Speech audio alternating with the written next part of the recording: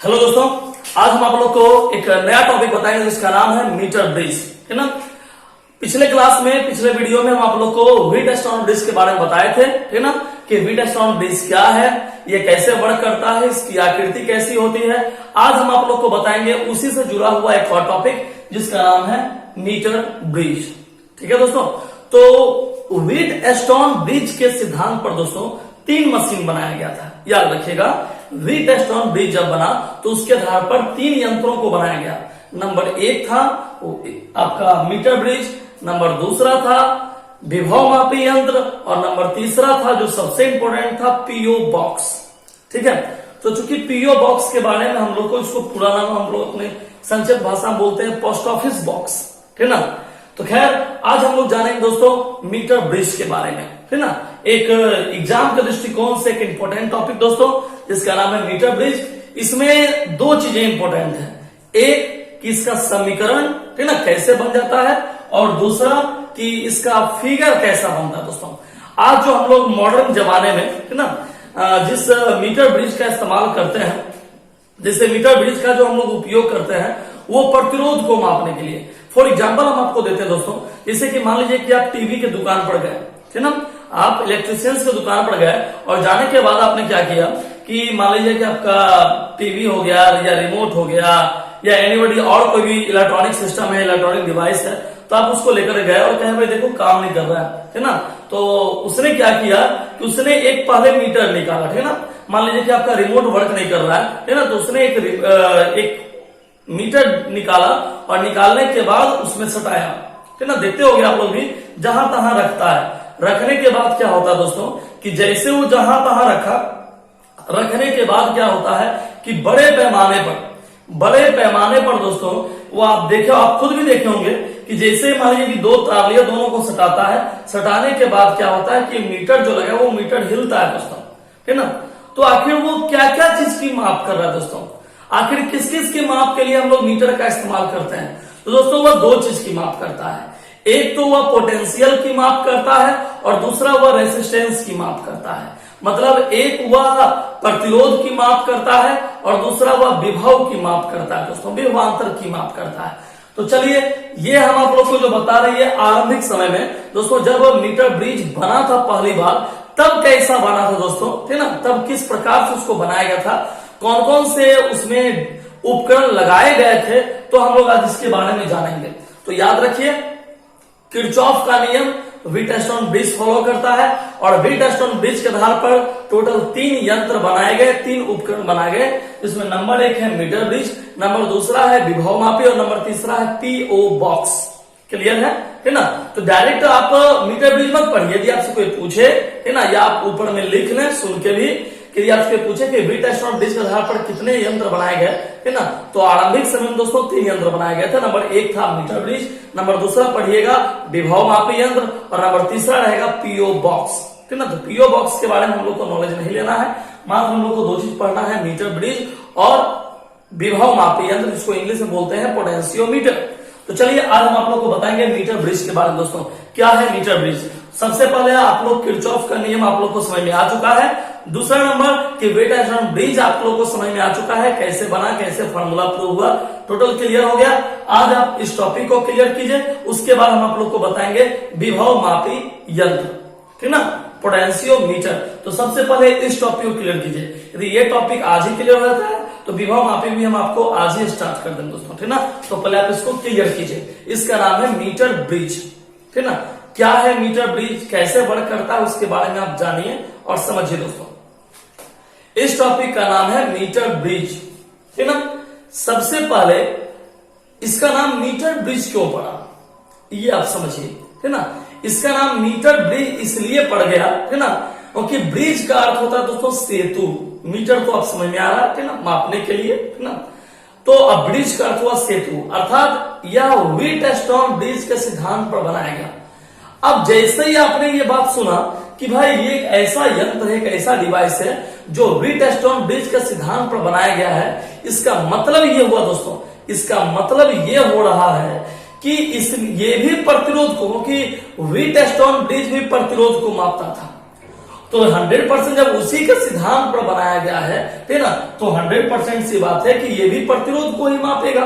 नहीं, जिससे मान लीजिए कि आज हम पढ़ा रहे हैं, तो हम जो पढ़ा रहे हैं, आप जो पढ़ रहे हैं, कल 100% कल जब आप पढ़ाइएगा तो आप मेरे ही शब्दों का यूज कीजिएगा, ठीक ना। लेकिन हाँ, आप में हमसे कुछ ज्यादा खास गुण होगा जो मेरे नहीं है, मेरे गुणों को दूर करके आप पढ़ाइएगा। सेम कंडीशन, जब व्हीटस्टोन ब्रिज से काम नहीं चला होगा, तब उसके आधार पर कुछ और भी डिवाइस बनाए गए होंगे दोस्तों, जिसमें से एक था मीटर ब्रिज। मतलब आप एक चीज पर गौर कीजिए, हम आपको व्हीटस्टोन ब्रिज में बताए थे दोस्तों कि व्हीटस्टोन ब्रिज में टोटल 4 प्रतिरोध होता है। ये बात आप लोग को याद होगी कि व्हीटस्टोन ब्रिज में टोटल 4 रेसिस्टेंस होता है दोस्तों, और 4 रेसिस्टेंस में टोटल 3 रेसिस्टेंस जो है वो आपको ज्ञात है, आपको नॉलेज में है। लेकिन मात्र एक ऐसा रेसिस्टेंस था, एक ऐसा प्रतिरोध था जिसके बारे में आप नहीं जानते थे। सेम कंडीशन दोस्तों, मीटर ब्रिज में भी वही कंडीशन है, लेकिन थोड़ा सा इसमें जो डिवाइस किया गया, इसमें जो नया तरीका लागू किया गया, वो थोड़ा सा बढ़िया है। क्या बढ़िया है दोस्तों? इसमें एक ही चीज है, ये भी प्रतिरोध को ही मापेगा। याद रखिए, मीटर ब्रिज एक ऐसा यंत्र है जो प्रतिरोध को मापता है, रेसिस्टेंस को मापता है। बट इसमें बट है, बट मतलब ये हुआ कि ये भी प्रतिरोध को मापेगा, लेकिन व्हीटस्टोन ब्रिज जो दोस्तों वो सिर्फ एक ज्ञात प्रतिरोध कर सकता है, जबकि ये एक से अधिक प्रतिरोध को ज्ञात कर सकता है। मतलब कि व्हीटस्टोन ब्रिज में दोस्तों कोई भी मात्र 4 प्रतिरोध ही रहेगा, और 4 में से 3 को नॉलेज रहेगा, एक अननॉलेज रहेगा। जो एक अननॉलेज है उसी को आपको ज्ञात करना है। बट मीटर ब्रिज में दोस्तों, ठीक ना, एक से अधिक प्रतिरोध होता है, और प्लस क्या, आप एक से अधिक प्रतिरोध को ज्ञात कर सकते हैं। मतलब यदि आपसे कोई पूछा कि व्हीटस्टोन ब्रिज और मीटर ब्रिज में क्या अंतर है, तो आप ये बोल सकते हैं कि व्हीटस्टोन ब्रिज में सिर्फ हम एक प्रतिरोध ज्ञात कर सकते हैं, जबकि इसमें हम एक से अधिक प्रतिरोध को ज्ञात कर सकते हैं। मतलब अब आपको समझ में आया, सर जी काम तो वही कर रहा है, लेकिन थोड़ा सा सर्वोत्तम हो गया। ये क्या थोड़ा सा सर्वोत्तम हुआ? तो सर जी व्हीटस्टोन ब्रिज में हम एक ही प्रतिरोध ज्ञात कर सकते थे, इसमें एक से अधिक प्रतिरोध ज्ञात कर सकते हैं, है ना।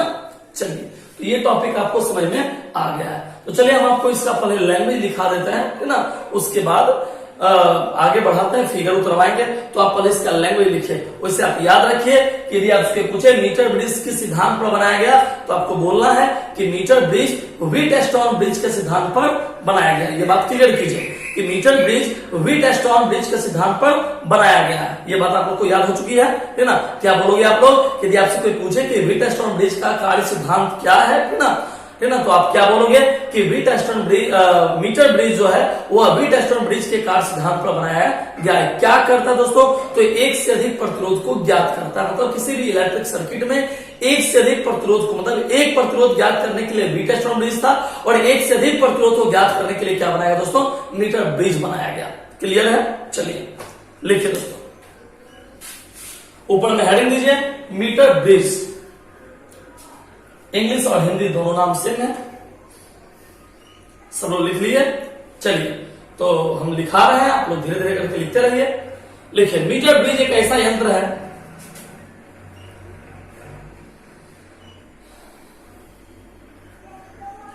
मीटर ब्रिज एक ऐसा यंत्र है जिसकी मदद से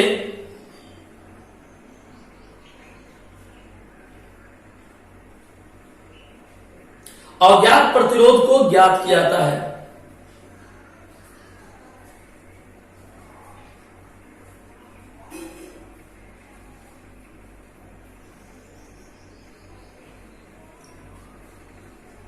अज्ञात प्रतिरोध को ज्ञात किया जाता है।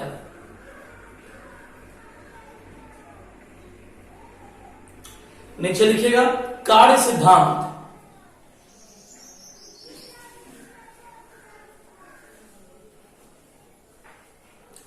कार्य सिद्धांत डैश के लिखिए, यह व्हीटस्टोन ब्रिज के सिद्धांत पर आधारित है। यह व्हीटस्टोन ब्रिज के सिद्धांत पर आधारित है।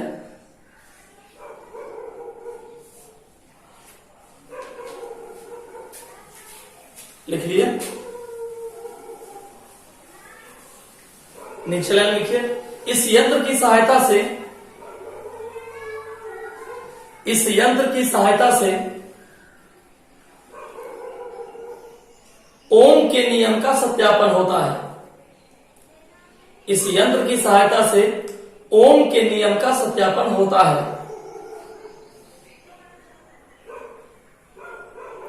चलिए दोस्तों, तो ये क्लियर हो गया। अब हम आप लोग को फिगर बताते हैं। तो ऊपर में हेडिंग दीजिए रचना, कंस्ट्रक्शन। ऊपर में हेडिंग दीजिए रचना, कंस्ट्रक्शन।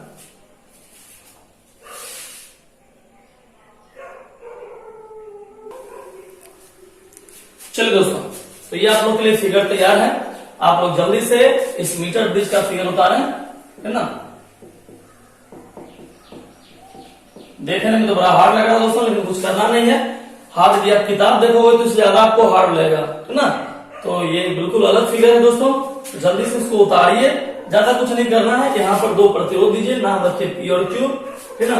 ये बीच में एक लाइंस खींचिए, यहां से एक वायर लीजिए जिसमें धारा मापी लगाइए, एक बाह्य प्रतिरोध आप लगा सकते हैं, इसका कोई जरूरत नहीं होता है दोस्तों।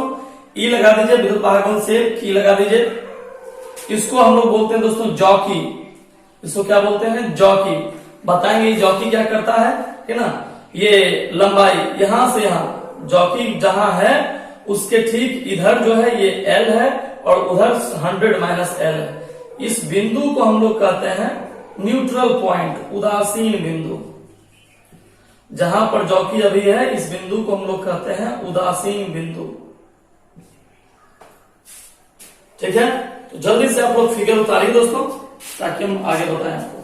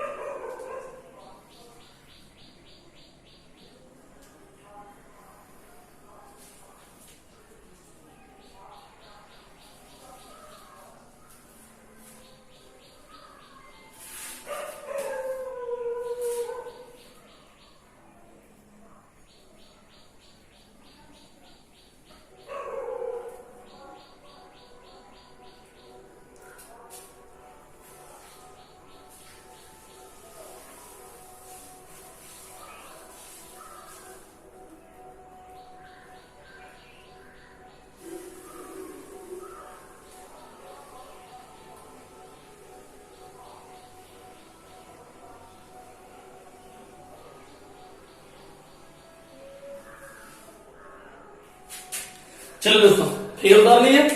एक आसान फिगर बना दोस्तों, इसमें चाहे तो अभी और कंस्ट्रक्शन कर सकते हैं, ठीक ना। चाहे तो इसमें एक स्केल बना सकते हैं, ठीक ना। यहाँ पर आप चाहिएगा फिगर में तो एक स्केल दे सकते हैं। ये एक स्केल दे दिया, लिख दिए। यहाँ हो गया 0, ये 10, ये 20, ये 30, ये 40। तो वो हो जाएगा दोस्तों प्रैक्टिकल, है ना।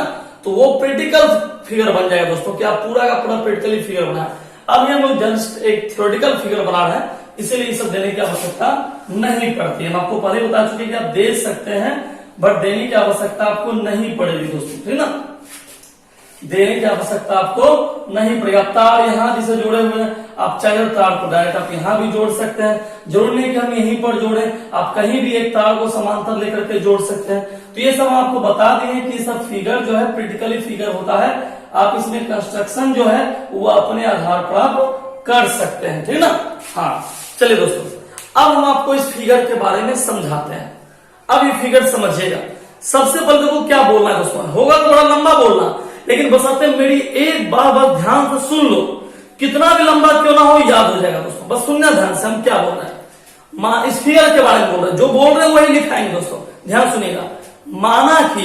माना कि एक मीटर ब्रिज बनाया गया है ना।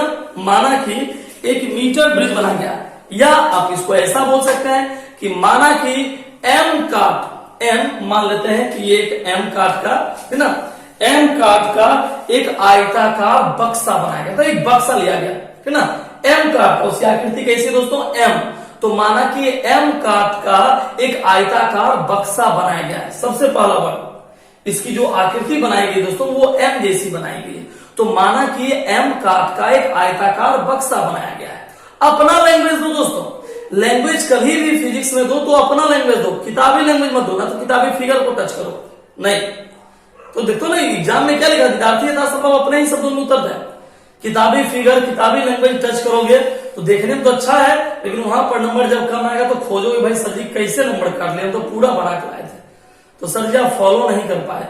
इसलिए कुछ विद्यार्थी देखते हो कम पढ़ करके भी ज्यादा नंबर ले आता है, क्योंकि वो ज्यादा को जानता नहीं, अपना लैंग्वेज भरता है, टीचर को लगता है भाई विद्यार्थी अपने से लिखा जो लिखा है ना, तो आप भी सेम प्रोसेस पर लागू। तो माना कि एम काट का एक आयताकार बक्सा लिया गया है जिसकी लंबाई 1 मीटर और चौड़ाई 10 मीटर है ना, इसकी लंबाई 1 मीटर और चौड़ाई 10 सेंटीमीटर है। सबसे पहले ये बात क्लियर हो गई, फिर तो सुनिएगा, माना कि एम काट का एक आयताकार बक्सा बनाया गया, ठीक है, जिसकी लंबाई 1 मीटर और चौड़ाई 10 सेंटीमीटर, ये प्रारंभिक समय जिसमें बनाया गया था उस समय की बात है ना, यहां तक आप लोग को याद हो गया है ना। धातु का, ध्यान सुनिएगा, धातु का एक समरूप अनुप्रस्थ परिच्छेद का 1 मीटर लंबा तार लिया गया, ध्यान से हम जो बोल रहे हैं सुनिए, है ना। सबसे पहले इसकी आकृति कैसी दोस्तों, एम आकार का है, ठीक है, इसकी लंबाई कितना है तो लगभग 1 मीटर और चौड़ाई लगभग 10 सेंटीमीटर है ना। धातु का, इन्हें की किसी का भी तार लिया नहीं, धातु का एक समरूप अनुप्रस्थ परिच्छेद का 1 मीटर लंबा तार लिया गया। कितना मीटर लंबा तार लिया गया, 1 मीटर लंबा तार लिया गया जो बक्से के ऊपर लगा है, ठीक ना, 1 मीटर लंबा तार लिया गया जो बक्से के ऊपर लगा है, ठीक ना।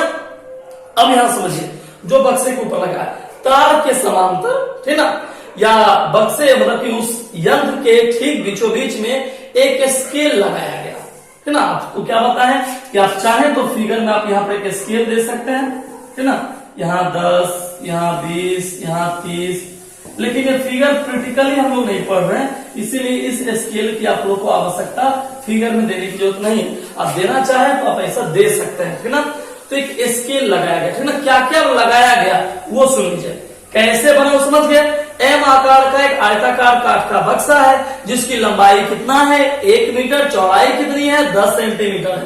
क्लियर, याद करो दोस्तों, लिखता तो सबको ही है, लिखता भी सबको ही होगा, लेकिन आप जो है वो लिखने की अपेक्षा आपको याद हो जाएगा दोस्तों, ठीक ना। तो एक बार दिमाग में बैठ जाएगा ना, आप खुद से लिख सकते हैं, तो वैसा बुद्धि बनाओ दोस्तों कि माना कि एम काट का एक आयताकार बक्सा है जिसकी लंबाई 1 मीटर चौड़ाई 10 सेंटीमीटर, ठीक ना। तार के मतलब कि इस यंत्र के ठीक समरूप एक तार लिया गया जो कि ठीक इसके अनुप्रस्थ काट परिच्छेद का क्षेत्रफल है, 1 मीटर लंबा तार लिया गया जो कि बक्से के ऊपर लगा है, ठीक ना। बक्से के ठीक बीचों बीच में एक स्केल लिया गया, ठीक ना, एक स्केल लिया गया है चित्रानुसार, है ना। बहुत सारा आप पेच लिख सकते हो, नट बोल्ट जिसको बोलते हैं, अनेक पेचे हैं, क्या बोले प्रैक्टिकली है तो लिखना पड़ेगा। तो समझ गए कि एम काट का बक्सा है, 1 मीटर लंबा है, 10 सेंटीमीटर चौड़ा है, ठीक ना। तार मशीन के यंत्र के ऊपर से या बक्से के ऊपर से 1 मीटर लंबा तार लिया गया दोस्तों, इसके ठीक बीचों बीच एक स्केल लिया गया, ठीक ना।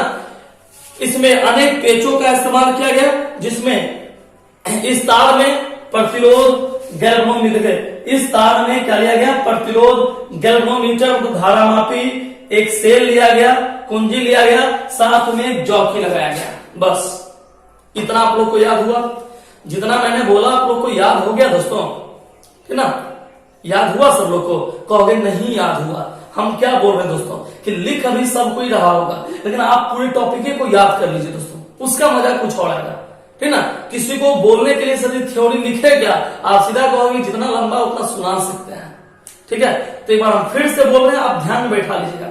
सबसे पहले आपसे पूछा मीटर ब्रिज कैसे बनता है, इसका रचना बताओ, ठीक ना। तो देखो आप क्या बोलोगे, सबसे पहले आप बोलोगे कि माना कि एम काठ का एक आयताकार बक्सा है, ठीक, जिसकी लंबाई 1 मीटर और चौड़ाई 10 सेंटीमीटर है। क्लियर, यहां तक क्लियर हो गया ना। चौड़ाई कितना सेंटीमीटर है 10 सेंटीमीटर है। बक्से के ऊपर से 1 मीटर लंबा तार लगाया गया, ठीक ना। इसके ठीक बीचों बीच में एक स्केल लगाया गया है। ठीक है, तार में क्या क्या लगाया गया है? जो फिगर है दोस्तों, जो फिगर है आप वही बोले, उसके जगह कुछ मत बोलिए, ज्यादा नहीं लिखना है। जो फिगर का आप उसी पर, बक्से में एक धारा मापी गर्मोमीटर, एक प्रतिरोध, सेल की कुंजी और एक जॉकी लगाया गया है। क्लियर है, कोई दिक्कत नहीं यहां तक। अब बताइए आप लोगों को यहां तक में कोई दिक्कत हुआ? नहीं ना हुआ। अब देखिए इसको मात्र 5 मिनट में प्रूव कर दीजिएगा, बस इसीलिए हम आपको बार बार समझा रहे थे। इसको याद हो गया? देखिए प्रूव कैसे होगा दोस्तों, ठीक ना? बस ध्यान से सीखिएगा। कहोगे सर जी सब कुछ समझ में आ रहा है, जॉकी समझ में नहीं आता है, ठीक ना? जॉकी का मतलब होता है, जैसे आपको भी देखिए दोस्तों, कंप्यूटर का भी आप चलाए होंगे दोस्तों, माउस रहता है। क्या करता है माउस? हमेशा घसकाने काम करता है, नहीं किसी पर फिक्स बिंदु खोजता है माउस। सेम कंडीशन, ये माउस है, ये माउस है, ठीक ना? लेकिन हाँ कंप्यूटर में है माउस, यहां इसका नाम क्या पड़ गया है? जॉकी। माउस इसलिए बोले क्योंकि दोनों का वर्क एक है। जान तो क्या करते हैं, यहां देखो तार लगा हुआ है, ये वायर है, समझना मेरी बात दोस्तों, ये वायर है। इस जॉकी को ना, इस जॉकी को, इस वायर को, अब जो हम बोल रहे हैं वो इंपॉर्टेंट लाइंस है। बस एक बार ध्यान में सुनना ना, पूरा मीटर बीच जीरो लगा के है, कुछ नहीं, हम जितना चाहिए उतना आप बना बना के भी सुना सकते हैं दोस्तों, ठीक ना?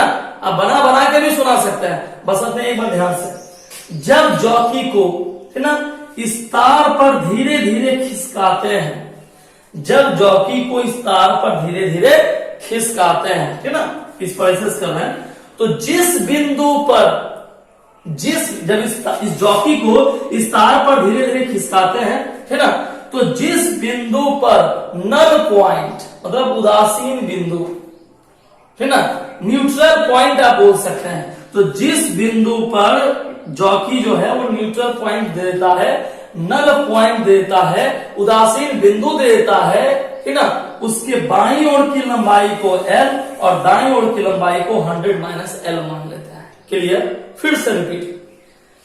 एक तार लगा है, बोल दो हाँ। जॉकी को क्या किए हैं? इस तार पर खिसका रहे हैं। क्यों खिसका रहे हैं? क्यों खिसका रहे हैं, ठीक ना? क्योंकि हम खोज रहे हैं नल पॉइंट। नल नहीं समझ में आता है, इसलिए समझो उदासीन बिंदु खोजते हैं, ठीक ना? खिसका खिसका के देख रहे हैं कहां पर आपका सिस्टम वर्क कर रहा है, तो खिसका रहे हैं। मान लीजिए यहां पर मिल गया, तो जिस बिंदु पर मिलेगा उस बिंदु को कहते हैं उदासीन बिंदु, नल पॉइंट बोलते हैं। और जिस बिंदु पर मिला उसके बाईं ओर की लंबाई को, इधर की लंबाई को हम लोग बोलते हैं L, ठीक ना? और इधर को जो बच गया तो उसको मान लेते हैं 100 - L, ठीक ना? मान लीजिए टोटल लंबाई कितना है? मान लेते हैं 100, ठीक है? ध्यान देकर, तो 1 मीटर में 100 सेंटीमीटर होता है ना दोस्तों, तो टोटल लंबाई है 100। अब चलिए यहां से यहां तक का L हो गया, तो बताइए यहां से यहां कितना होगा? 100 - L होगा। क्लियर है? चलिए अब देखिए क्या हुआ, एक फिगर समझ में आ गया, कंप्लीट है। चलिए पहले हम आपको लैंग्वेज दिखा देते हैं दोस्तों, नहीं उसके बाद फिर छोड़ 5 मिनट का समीकरण दोस्तों कंप्लीट हो जाएगा। चलिए तो आप पहले लैंग्वेज लिखिए, रचना तो दे दिए, फिगर आप लोग उतार चुके हैं, तो आप इसका लैंग्वेज लिखिए। चलिए जो बोल रहे हैं उसको लिखिए, माना कि जितना बोले हैं उतना ही लिखना है, एक लाइन ज्यादा नहीं। माना कि M काट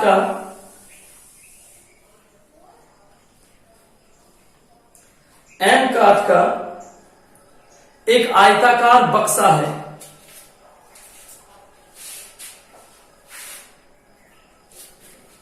एक आयताकार बक्सा है जिसकी लंबाई लगभग 1 मीटर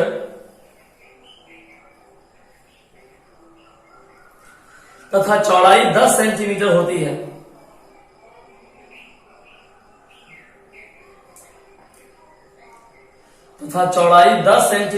है।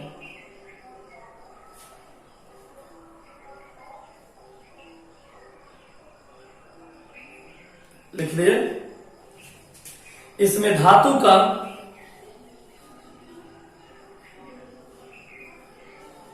एक समरूप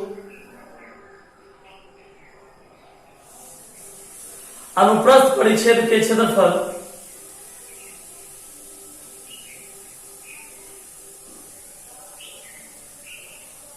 अनुप्रस्थ परिच्छेद के क्षेत्रफल का 1 मीटर लंबा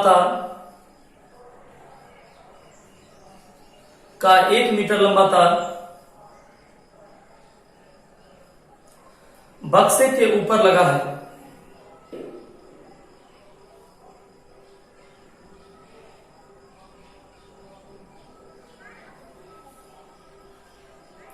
बक्से के ऊपर लगा है।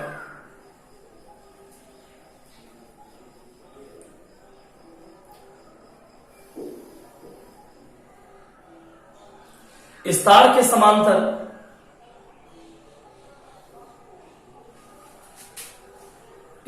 समांतर एक स्केल भी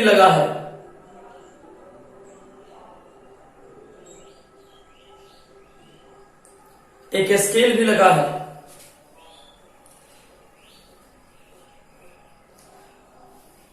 परिपथ में अनेक पेचे हैं।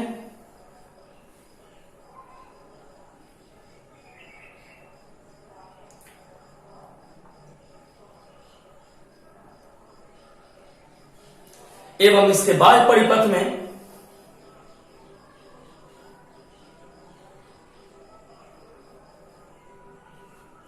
प्रतिरोध,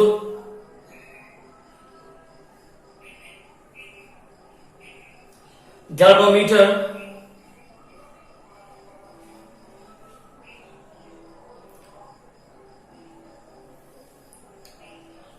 सेल की KEY तथा जॉकी लगा हुआ है।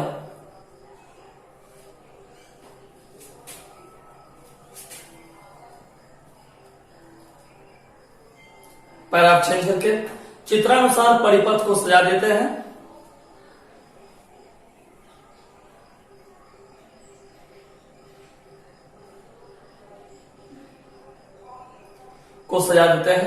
तथा जॉकी को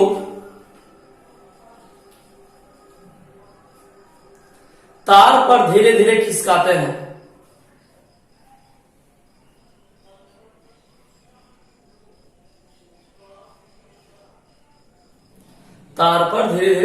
हैं। तथा जिस बिंदु पर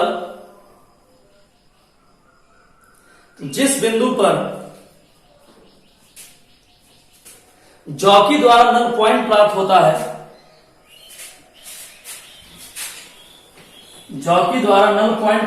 है,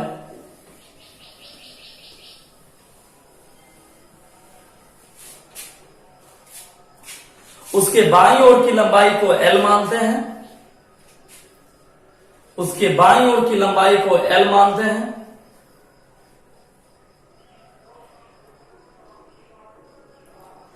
तथा दाईं ओर की लंबाई को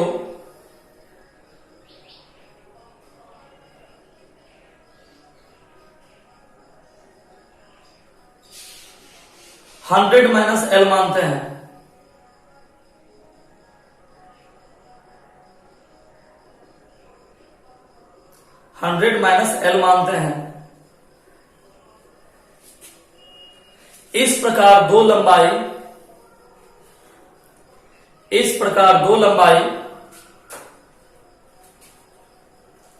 L और 100 - L प्राप्त होता है।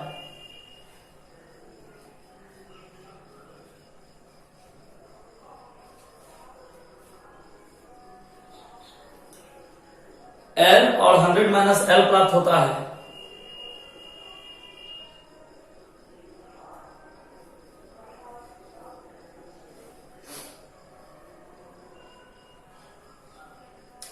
चलिए अब फॉर्मूला प्रूव करते हैं दोस्तों। नीचे लाइन लिखिएगा, पैराग्राफ चेंज करके।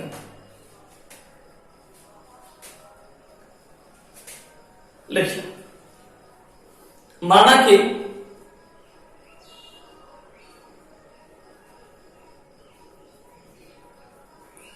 इकाई लंबाई का प्रतिरोध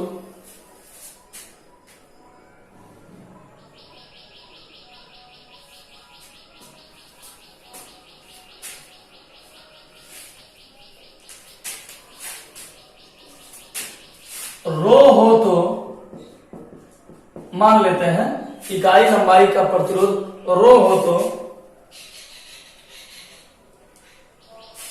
कैपिटल आर बराबर एल गुना रो।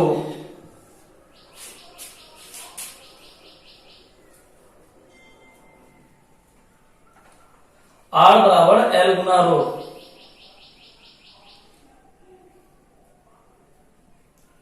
तथा एस बराबर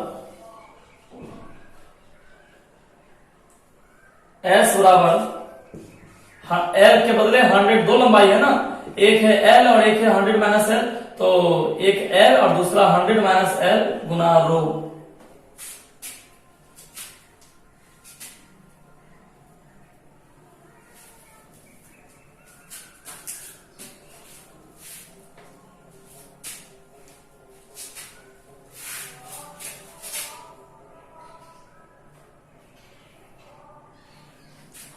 है ना, एस बराबर 100 माइनस एल इंटू रो।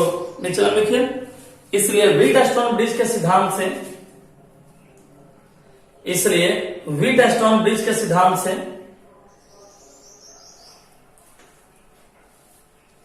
तो बउआ बताइए तो व्हीटस्टोन ब्रिज का फॉर्मूला आप लोग क्या पढ़े हैं? व्हीटस्टोन ब्रिज का फॉर्मूला आप लोग क्या पढ़े हैं? P बटे क्यू बराबर आर बटे एस। आप लोग पढ़े ना व्हीटस्टोन ब्रिज का फॉर्मूला P बटे क्यू बराबर आर बटे एस। यहां वैल्यूशन रख दीजिए, P बटे क्यू बराबर, ठीक ना। आपको हम साइड में फिगर बनाते हैं, एक बार फिर से हम आप लोगों को समझने के लिए फिगर बना दे रहे हैं। आप लोग संक्षिप्त में समझ लीजिए। ये मान लीजिए एक प्रतिरोध है, इसका नाम क्या है? P। एक और प्रतिरोध बना दिए, इसका नाम है Q। ये दोनों अज्ञात है। एक बार फिगर समझिए, क्यों लिख रहे हैं, फिगर समझिए, ठीक है। मान लीजिए इसको आप यहां से कवर कर दीजिए, ठीक है। इसको आप यहां से कवर कीजिए, इसे निकाल दीजिए, यहां से फिर इसको इस रूप में लिखिए, ठीक है। आप चाहें तो एक तार यहां भी दे सकते हैं, ठीक ना। समझने के लिए आप स्केल दे सकते हैं फिगर में, कहीं आपको जरूरत पड़ेगा भाई कहाँ स्केल है, तो आप एगो स्केल दे दीजिए, ठीक ना। अब यहां क्या कीजिए, जोड़ दीजिए करंट आपको यहां जोड़ना है, यहां जोड़ना, जहां जोड़ना है। यहां आप रेसिस्टेंस जोड़ दीजिए, यहां आप गैल्वेनोमीटर जोड़ दीजिए, यहां आप सेल जोड़ दीजिए, यहां की लगा दीजिए, इसको बीच में कवर करके जॉकी दे दीजिए। देखिए ये पी क्यू है, ये जॉकी है, इधर मान लीजिए आर और इधर मान लीजिए, ठीक ना। इधर का रेसिस्टेंस हो गया आर और उधर का रेसिस्टेंस क्या हो गया? एस। तो आप फिगर में चाहें तो इधर आर और इधर एस समझने के लिए आप देख सकते हैं, ठीक ना। इसीलिए आपको डबल फिगर बना दिए कि आप तुरंत फटाफट फिगर बनाने में लेट नहीं कर सकते हैं, आप फटाक से आप ऐसा कंस्ट्रक्शन कर सकते हैं, ठीक ना। आपको जितना बढ़ाना है इस फिगर में, क्रिटिकल फिगर है, आपको स्केल नहीं सकते, हमको स्केल भी देना है, आप एक स्केल भी दे दीजिए, ठीक ना। आपको अलग से तार को डिनोट करना है, आप एक अलग से तार को डिनोट कर दीजिए, आपकी जैसी इच्छा है वैसे आप कीजिए, ठीक है। चलिए ये सब चीजें तो हो गई, बस हाँ आपको हम ये बताने के लिए फिगर बनाए कि खोजोगे सर जी आर एस है किधर, खाली मेरे फिगर में पी और क्यू है, तो आप यहाँ पर वो आर और इधर वो एस आप दे सकते हैं, ठीक ना। चलिए आप लोग समझ चुके हैं।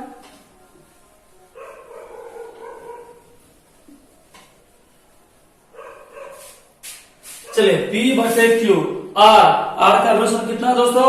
आर का वैल्यूशन कितना भी लाए हैं? L इंटू रो, और S के valuation 100 minus L into rho. अब आप देखते जाइए, है ना। रो से रो क्या होगा दोस्तों? कट गया, क्रॉस मल्टीप्लीकेशन, तो क्या हो गया?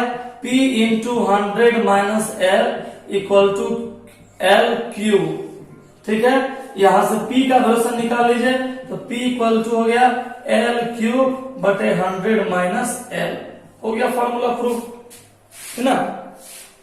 यहां से जिसका वैल्यूशन चाहे उसका वैल्यूशन आप निकाल सकते हैं। आप यहां से Q का वैल्यूशन निकाल सकते हैं, मतलब जो आप चाहें वहां से। इससे मतलब Q का वैल्यूशन निकालिए तो Q बराबर क्या हो गया? P इंटू 100 माइनस L अब बटे स्मॉल l, ये Q का वैल्यूशन हो गया, ठीक है। तो आप इसको उतार लीजिए, बस यही फॉर्मूला है दोस्तों जो कि प्रूव हो गया। तो आप लोग उतार लीजिए, यहां लिख दीजिए जहां Q अज्ञात प्रतिरोध है, क्योंकि जिसका मान आप P का मान निकाल के लिखिए, P अज्ञात प्रतिरोध है, Q का मान निकाले तो Q अज्ञात प्रतिरोध है, जहां Q अज्ञात प्रतिरोध है। उतारिए दोस्तों, तो हो गया है। बस दिमाग में एक ही बात याद रखना है, क्या याद रखना है कि R बराबर L गुना रो। ये रो क्या है दोस्तों? प्रतिरोध है। ये रो क्या है दोस्तों? प्रतिरोध है। किसका प्रतिरोध? इकाई लंबाई का प्रतिरोध है। तो R बराबर, देखिए R भी होता है लंबाई, चालक तल की लंबाई प्रतिरोध के लिए, L चालक तल की लंबाई गुना इकाई प्रतिरोध, ठीक ना। और L के लिए, S के लिए क्या ले लिए? L के बदले उस तरफ क्या था? 100 माइनस L। तो इधर के लिए है लंबाई L, बायां पक्ष के लिए लंबाई है L, दायां पक्ष के लिए 100 माइनस L गुना कितना? रो। रो क्या हो गया? इकाई लंबाई का प्रतिरोध। इकाई लंबाई का प्रतिरोध हो गया रो। अब ब्रैकेट में आपको लिखा दिए हैं, तो R बराबर L गुना रो और S बराबर 100 माइनस L गुना रो। इस दोनों मान खाली यहाँ पर पुट कर दिए, कट गया रो रो, तो इसे ही आया था, जो बच गया क्रॉस मल्टीप्लिकेशन से आंसर लिया। कोई दिक्कत नहीं, कंप्लीट हो गया टॉपिक।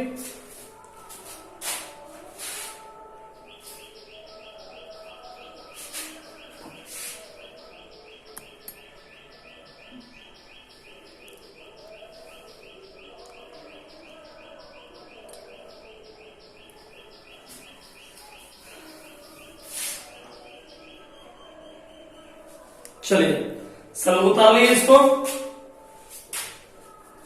एक बार फिर से बता दीजिए आप लोग को, फिर से बता दिया जाए। चलिए आप लोग एक बार फिर से समझ लीजिए, जब समय लगाते हैं तो पूरा सीखिए। एक बार फिर से हम आपको बता दे रहे हैं ताकि आपको लैंग्वेज याद हो गया है, समीकरण भी याद हो जाए। सबसे पहले बाबू देखो, ये मान लीजिए जॉकी है, संक्षिप्त में आपको बता रहे हैं, समझना है। ये मान लीजिए जॉकी है ना दोस्तों, ये जॉकी है। तो जॉकी के इधर की लंबाई कितना ले लिए? L, और उधर की लंबाई कितना ले लिए? 100 माइनस L। कंप्लीट, ठीक। इधर का प्रतिरोध मान लेते हैं R, इधर का मान लेता है S। अब PQ तो ऊपर में है, ठीक। चलिए अब देखिए, R के बदले बस ध्यान समझना, R के बदले क्या लिखते हैं? लंबाई कितना है? L। अब मान लीजिए कि इकाई, यहां मानना है दोस्तों, इसकी लंबाई कितना है? L, लेकिन इकाई प्रतिरोध कितना मान लेते हैं? अलग से रो मान लिए, अलग से मान लिए इकाई प्रतिरोध कितना है? रो। सेम कंडीशन है S के लिए, तो इसके लिए L, तो उसके लिए 100 माइनस L। रो तो दोनों के लिए होगा। बस अब फार्मूला, व्हीटस्टोन ब्रिज के फार्मूला क्या होता है? P बटे Q बराबर R बटे S। P बटे Q, ये दोनों अज्ञात प्रतिरोध है, ये दोनों अज्ञात है, इसका तो ज्ञात है, ये दोनों ज्ञात है, इसका R L गुना रो है, S 100 minus L into rho है। तो R के बदले रख दिए L इंटू रो, और S के बदले 100 माइनस L इंटू रो। रो रो कट गया, जिसका वैल्यू से निकालना है क्रॉस मल्टीप्लाई करके निकाल लीजिए। Complete work. चलिए अब सब लोग को समझ में आ चुका है। यही था दोस्तों मीटर ब्रिज, इसी को मीटर ब्रिज बोलते हैं, सब लोग समझ चुके होंगे। यदि कहीं कोई दिक्कत हुआ तो आप कमेंट में भेजिए, हम फिर से बता देंगे दोस्तों। चलिए अब हम आपको एक छोटा टॉपिक इसी में लिखा दें, ऊपर में हेड दीजिए मीटर ब्रिज की सीमाएं। ऊपर में हेडिंग दीजिए मीटर ब्रिज की सीमाएं। ऊपर में आप हेडिंग दीजिए मीटर ब्रिज की सीमाएं। Limits of metre bridge, limits of metre bridge.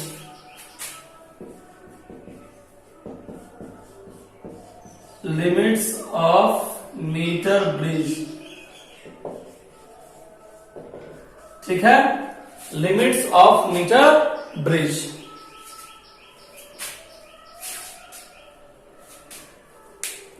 उतार दोस्तों, लिखिए, नंबर एक करके लिखिए।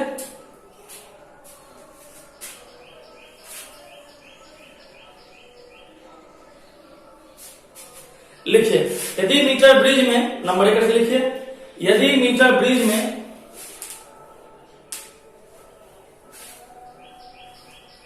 अधिक समय तक धारा प्रवाहित किया जाए,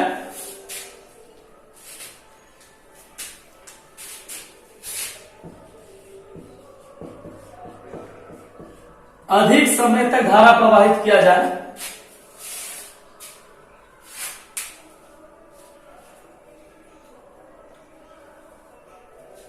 तो परिपथ गर्म हो जाता है।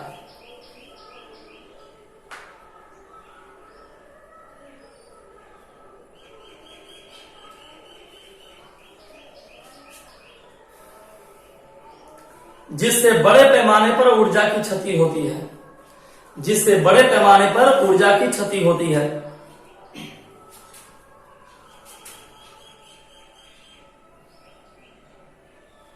हो गया दोस्तों। नंबर दूसरा लिखिए।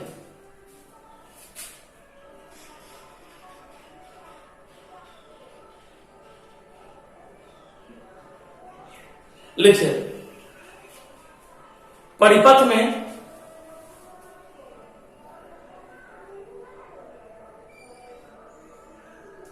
यदि मीटर ब्रिज का तार, परिपथ में यदि मीटर ब्रिज का तार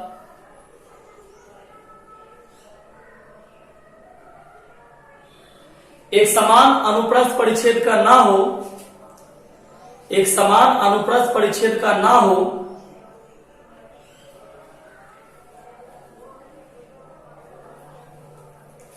तो ऐसी स्थिति में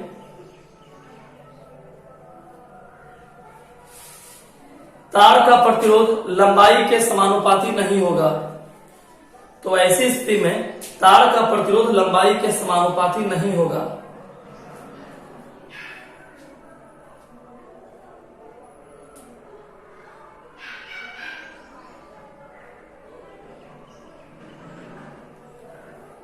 और तीसरा, जॉकी को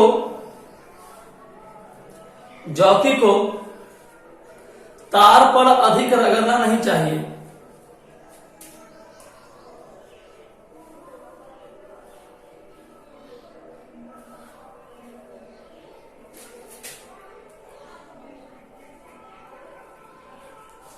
चलिए दोस्तों, अब आप ये 3 टॉपिक समझ गए दोस्तों।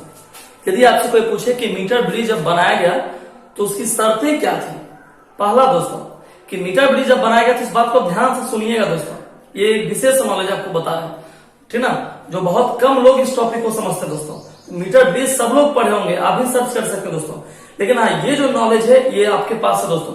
यदि ये मीटर ब्रिज बन गया लेकिन क्या क्या उससे हानि हो सकती है, कहां कहां पर हो सकती है, ये आप जान गए।